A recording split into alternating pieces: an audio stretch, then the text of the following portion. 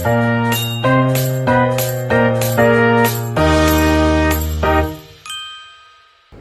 pagi anak-anak Ibu. Pagi, Bu. Hari ini kita belajar mengenai keanekaragaman budaya.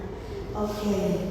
Yang pertama, tujuan pembelajaran kita hari ini yang pertama yaitu memahami pengertian keberagaman budaya, lalu menjelaskan faktor-faktor penyebab keberagaman budaya tersebut dan memahami hubungan antara fenomena global dan kebudayaan. Oke, kita masuk ke poin yang pertama yaitu pengertian keanekaragaman budaya.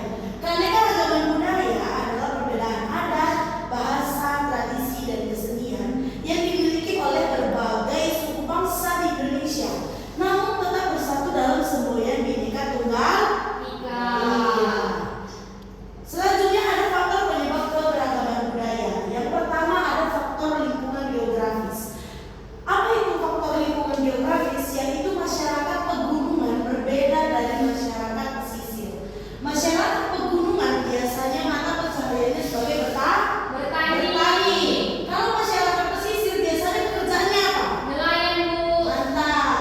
Yang kedua, faktor penyebab keberagaman budaya adalah sejarah dan masyarakat, yaitu migrasi membawa pengaruh budaya. Maksudnya, adanya perbedaan sejarah dan masyarakat budaya yang dulu dengan yang sekarang karena adanya adopsi dari budaya-budaya lain. Yang ketiga, ada interaksi dengan budaya lain. Maksudnya, globalisasi membawa budaya asing. Seiring berjalannya waktu, budaya asing mulai masuk ke budaya kita di Indonesia.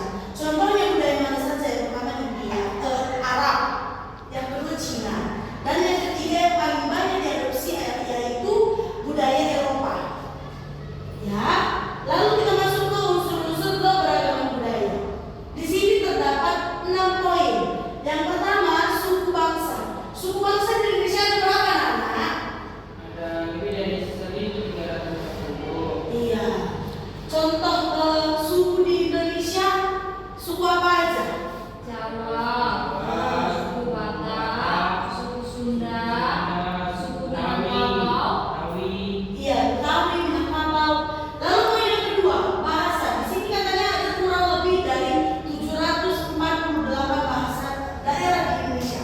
Ibu mau kalian sebutkan 5 bahasa daerah di Indonesia yang kalian tahu. Yang pertama, ya, Bahasa Toba, ya, bahasa Lumbun, ya, bahasa Jawa, bahasa Sunda. iya, bahasa Sunda. Lalu yang ketiga ada seni dan adat istiadat. Yang keempat, sistem kepercayaan dan agama. Ini yang keempat ini maksudnya adalah sistem kepercayaan dan agama dari nenek moyang kita terlebih dahulu sudah sangat berbeda dengan kita. Kita sekarang ini sudah jelas agama kita ada beberapa.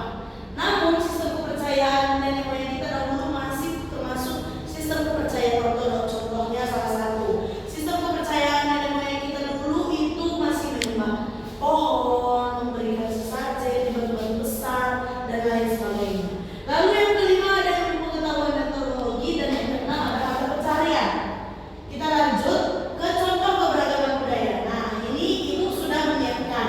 Ada beberapa contoh keberagaman budaya. Yang pertama, seni tari. Ada yang tahu tari serimpi itu dari mana? Dari daerah? Jawa Timur. Iya, dari Jawa Timur, Bintang. Yang kedua ada rumah adat. Rumah adat ini adalah rumah joglo. Rumah joglo itu adalah adat dari daerah Jawa. Salah. Jawa Tengah, Bu. Iya, Jawa Tengah. Lalu yang ketiga ada makanan khas. Makanan khas yang ibu ambil contohnya adalah kue lumpur. Kue lumpur berasal dari daerah bukan. Jawa Timur. Salah, Bang. Apa? Jawa Timur. Jawa Timur, betul. Ini ibu sudah menyiapkan pakaian adat dari Jawa Barat. Contohnya seperti ini. Adakah kalian tahu? Coba kasih tahu dulu ibu contoh pakaian adat dari daerah mana dan apa ciri khas. Coba, Pak Serpandi.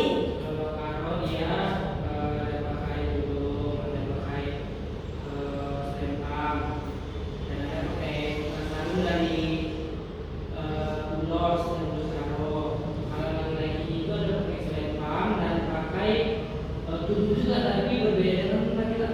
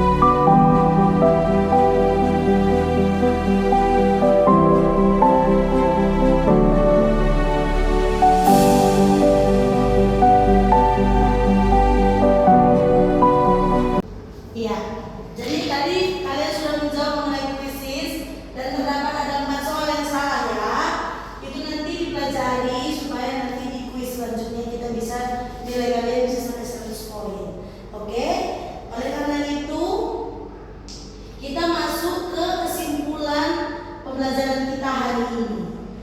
Nah, kesimpulannya